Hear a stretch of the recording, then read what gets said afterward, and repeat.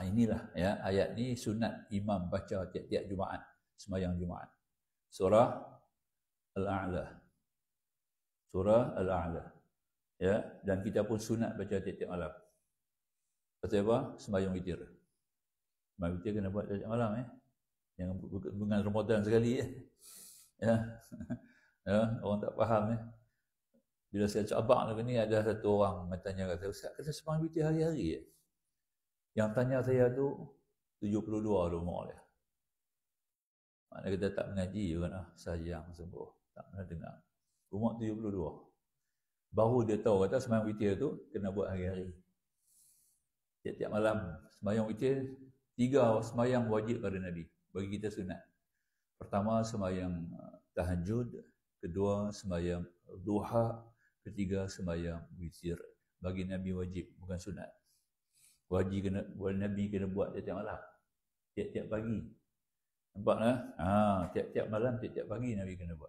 Kita sunat muakkadah. Hanya mazhab Hanafi je mewajibkan sembahyang witir. Hanafi dia ada dua, fardu dengan wajib.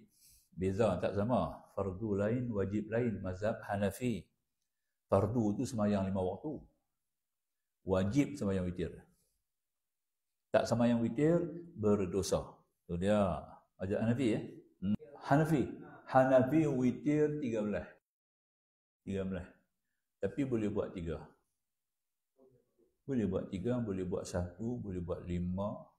Ya, itu sembahyang Hanafi. Kita paling banyak 11. Sama juga boleh buat 1 paling kurang. Ya, kalau kita agak malam tak boleh bangun lah. Tak sihat lah ataupun kita tak yakin kita boleh bangun malam, mungkin ada sedikit kelemahan di kita. Kita boleh buat awal lah sebelum tidur. Tapi lepas Isya. Itu pun boleh buat 1, kurang-kurang 1.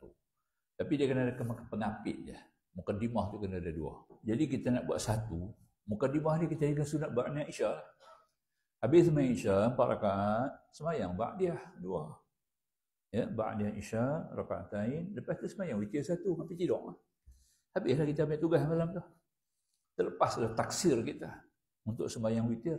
Itu paling tidaknya lah, sekurang-kurangnya. Tapi jangan buat tu. Jangan kalau ada kesempatan luas, lapang, sehat, boleh bangun malam, buatlah 3. Jadi kita buat Ramadan tu, boleh tambah lagi 5. Paling banyak 11.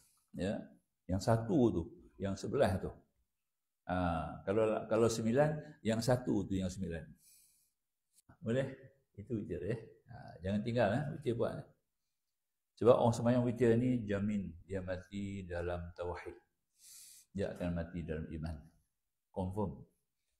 Garanti. Orang yang sembahyang witir, dia akan dapat jaminan iman, mati dalam iman confirm.